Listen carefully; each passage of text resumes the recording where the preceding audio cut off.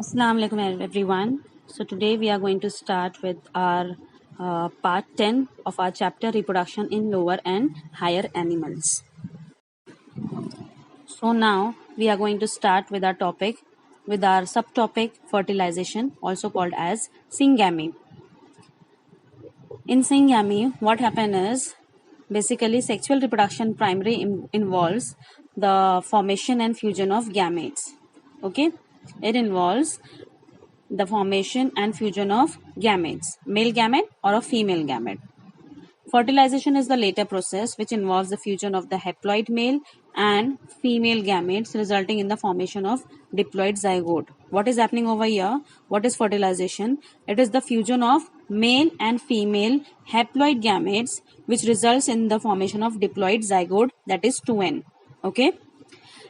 Likewise, in other mammals, in humans, the process of fertilization is internal. Okay, the process of fertilization in human beings, it is internal. It is not external, and it usually takes place in the ampulla of the fallopian tube. In the ampulla of the fallopian tube, this is the part of the female reproductive system, or we can also say it is the uterine tube. So basically, the fertilization occurs at which location? The location of the fertilization is the ampulla of the fallopian tube, also called as uterine tube. The fertilized egg, once the egg gets fertilized, then this fertilized egg, also called as zygote, will develop into an embryo, and this process occurs within the uterus. So all this happens under the process called as what? Fertilization. Over here I have just given you the overview, the superficial view of fertilization, that what happens in fertilization and what do you mean by fertilization. Now we will see the mechanism of fertilization. Okay, in this we are going to observe what is happening over here. Okay, so it's quite funny over here, but it's a fact. Sperms are released during ejaculation along with the semen.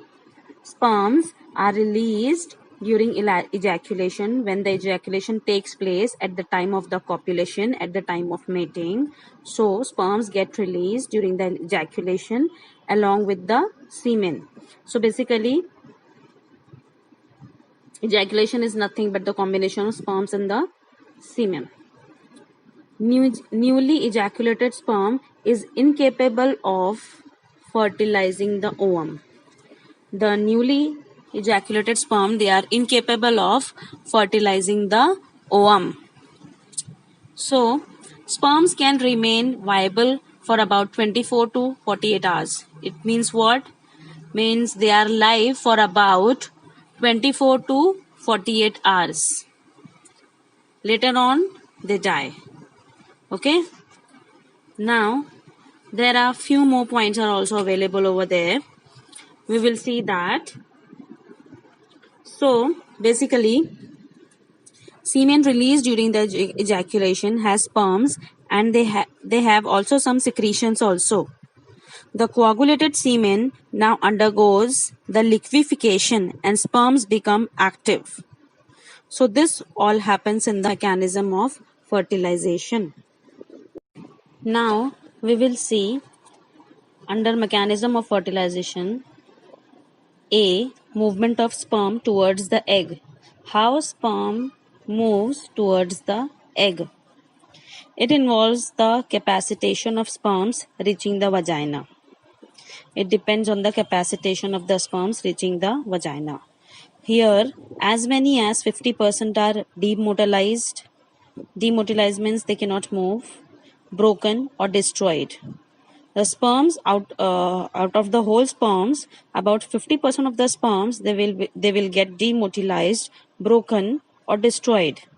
The remaining 50% sperms will undergo capacitation. This process requires about 5 to 6 hours. For capacitation, it requires about 5 to 6 hours. Acrosome membrane becomes thin. Okay. Then calcium ion enters the sperm and their tails begin to show rapid whiplash movement. When the calcium ion enters the sperm tails begins to show rapid whiplash movement, one by one, a very sudden movement, a zigzag movement that is called as what? The whiplash movement. As a result of this capacitation, sperms become extra active and begin to start moving upwards from vagina to uterus. Just because of the above result, what happens? Sperms become extra active and they begin to start moving upward. They move upward from vagina to uterus and to the oviducts, finally to the oviduct. The prostaglandins activate the sperms. These are the hormones or chemicals. The prostaglandins activate the sperms. The vestibular secretions of the female also enhance the sperm's motility. Okay? The sperms swim at an average of about speed of about 1.5 to 3 mm per minute. This is the speed of the sperms. Average 1.5 to 1.5 to 3 mm per minute. Then sperms reach up to the ampulla as a result of their own swimming activity and partly by contraction of the uterus and fallopian tubes. How the sperms reach to the ampulla? By their own swimming activity and partly by contraction of the uterus and fallopian tube, which is where fallopian tube is stimulated by oxytocin of the female. Here, fallopian tube is also stimulated by oxytocin of the female. Oxytocin is the birth hormone which also stimulates the fallopian tube for doing the contraction so that sperm will reach to ampulla. After capacitation, the sperm may reach ampulla within 5 minutes. Within 5 minutes, the sperm will reach at the ampulla. Okay? Then sperms can remain viable. It means they can remain alive for about 24 to 48 hours only. And ovum will remain alive for about 24 hours. This is all what happens and how the sperm get moved towards the egg. Now we will see option B, part B of the mechanism of fertilization, entry of sperm into the egg. So basically, the sperm gets attracted towards the egg by the process called as what? Chemotaxis. By the process that is called as what? Chemotaxis. Now what do you mean by chemotaxis? It is the phenomenon where the somatic cell or bacteria or other single cell or multicellular organism, they direct their movements in response to certain chemicals. They basically direct their movements in response to certain chemicals in their environment. This is called as what? Chemotaxis. Okay, this is all about the chemotaxis. Now we will see how the sperms enter into the egg or how sperms get attracted towards the egg. Out of 200 to 400 million sperms, only few hundred manage to reach the ampulla. How many? Out of 200 to 400 million sperms. Because here I just want to clear out something that about one drop of the one drop of the semen, it contains 300 million of sperms. About one drop at the time of ejaculation, when ejaculation takes place at the time of mating, so that one drop of sperms, they contain about 300 millions of sperms. Okay, so out of 200 to 400 million sperms, only few hundred only few hundred of sperms, they manage to reach the ampulla. Though many sperms reach the ampulla, but only a single sperm fertilizes the ovum. I am repeating my word once again. Many sperms, they reach the ampulla, but Only a single sperm fertilizes the ovum. Only a single sperm fertilizes the ovum. A sperm, after reaching the egg, comes to lie against it. Its acrosome releases lysins, which are hyaluronidase and corona penetrating enzymes.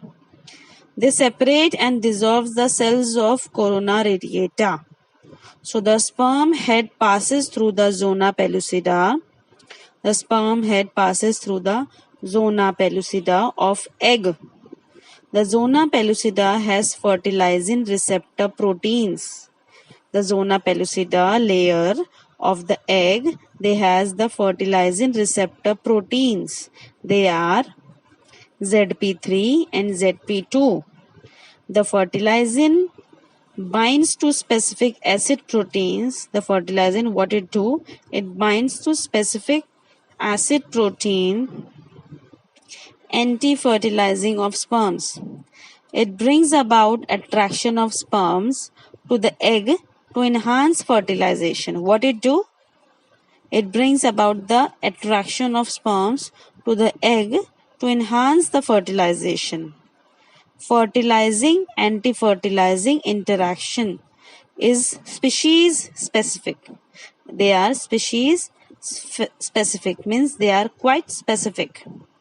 Thus, the fertilizing anti-fertilizing reaction is also called as compatibility reaction. It is also called as compatibility reaction. Here, next one is acrosome reaction. As the sperm head touches the zona pellucida in the animal pole region, its acrosome covering ruptures to release the lytic enzyme. Its acrosome covering ruptures to release the lytic enzyme, acrosin or zonalysin. These are the two lytic enzymes, okay, which get ruptures to release the lytic enzyme. I am repeating this once more. As the sperm head touches the zona pellucida in the animal pole region, its acrosome covering ruptures to release the lytic enzyme. What are that lytic enzymes? Who are they? They are acrosin or zonalysin. They act on the zona pellucida at the point of contact. This causes the egg reaction. A small fertilization cone of reception is formed on the egg membrane. The sperm head comes in contact with this cone. It results in the production of a weak wave of depolarization. Plasma membrane of both the cells dissolve at the point of contact. The sperm nucleus and the centrioles enter the egg, while other parts remain outside. Then, as soon as the sperm head touches the vitelline membrane, a cortical reaction gets activated, changing the vitelline membrane into fertilization membrane by deactivating the sperm receptors. What is happening over here?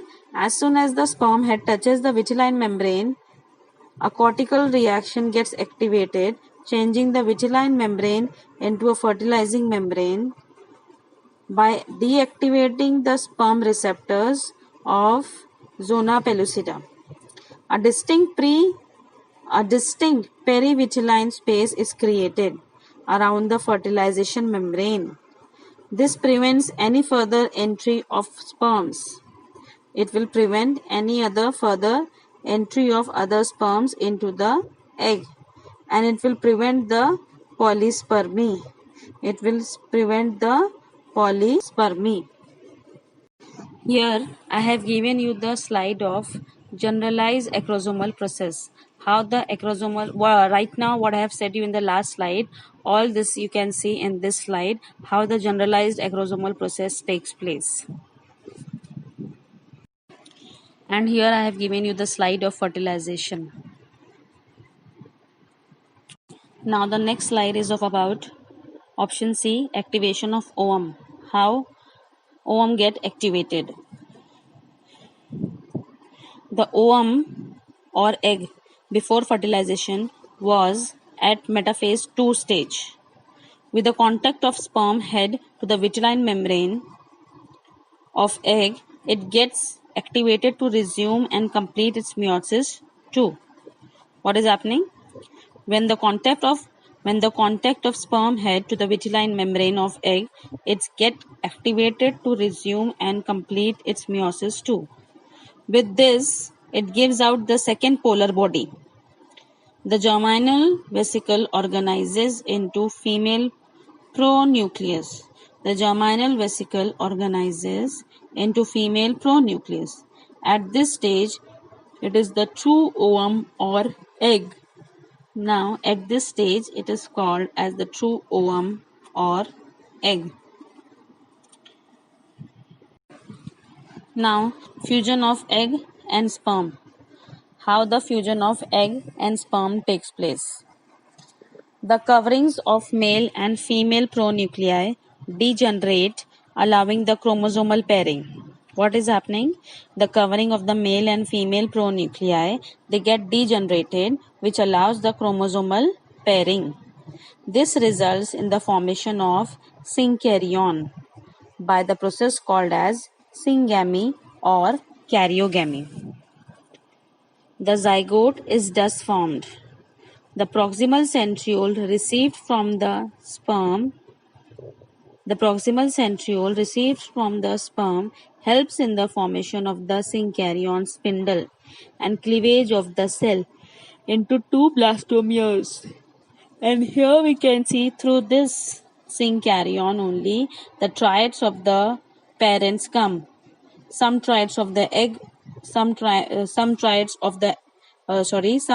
the triodes come from egg and some of the triodes come from the sperm. It means some of the zygote, the would be the coming generation, the next generation or the next baby which is going to come, it will take the triodes of some triodes of father and some triodes of mother.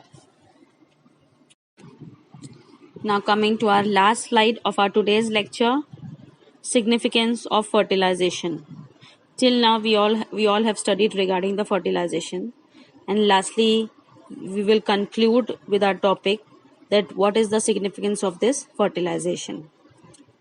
Secondary oocyte completes the process of oogenesis and is transformed into a mature ovum, that is N haploid.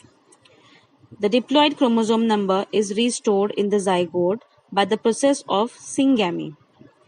The ovum lacks the centrioles necessary for further division are received from the sperm during fertilization. Fertilization involves the fusion of male and female gametes from the two parents. It results in variations which are significant of evolution. It results in the variations which are significant to evolution, which is very good for evolution. And why the variations takes place? As just right now in the last slide I have said that the zygote will take some traits of the mother also and of the father also, and it will evolve to a new species, and which is very good for the evolution, which is very significant for evolution. Sex of the offspring is determined. This is all about the significance of fertilization. And here I'm Tuba Ansari signing off with my today's lecture. Wassalatu wassalam.